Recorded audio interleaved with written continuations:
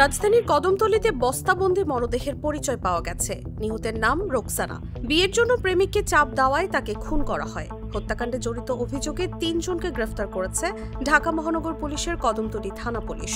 রোববার ডিএমপির গণমাধ্যম ও জনসংযোগ বিভাগের উপকমিশনার মোহাম্মদ তালেবুর রহমান এই তথ্য জানান।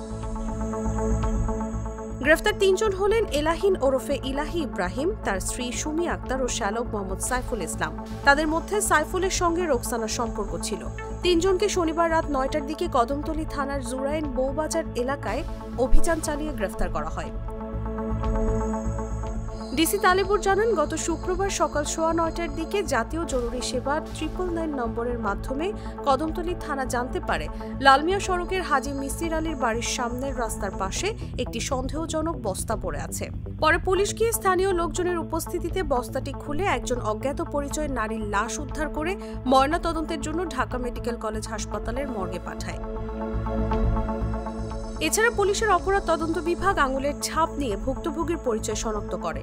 এর ভিত্তিতে তার আত্মীয়ের সঙ্গে যোগাযোগ করা হলে শনিবার দুপুরে বোন মোসাম্মদ সুমি আক্তার ও ভগ্নিপতি মোহাম্মদ গোফরান হাওলাদার থানায় এসে জানান, রোকসানা 11 সেপ্টেম্বর থেকে নিখোঁজ ছিলেন। সেই সঙ্গে তারা মৃতদেহের ছবি দেখে রোকসানাকে শনাক্ত করেন। এ ঘটনায় ভগ্নিপতি গোফরান বাদী হয়ে কদমতলী থানায় হত্যা মামলা করেন। গ্রেফতার এলাহি ইব্রাহিমকে প্রথমে জিজ্ঞাসাবাদের বরাত দিয়ে পুলিশের কর্মকর্তা জানান, এলাহির শ্যালক সাইফুলের সঙ্গে রোকসানার প্রেমের সম্পর্ক ছিল। পরে সাইফুল অন্য এক নারীর সঙ্গে সম্পর্কে জড়িয়ে তাকে বিয়ের প্রস্তাব দিলে রোকসানা বাধা দেন।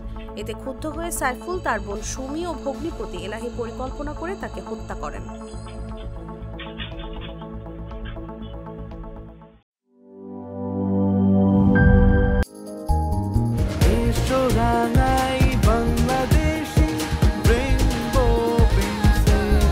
রেইনবো পেইন্টস, ছড়াও জীবনের রং।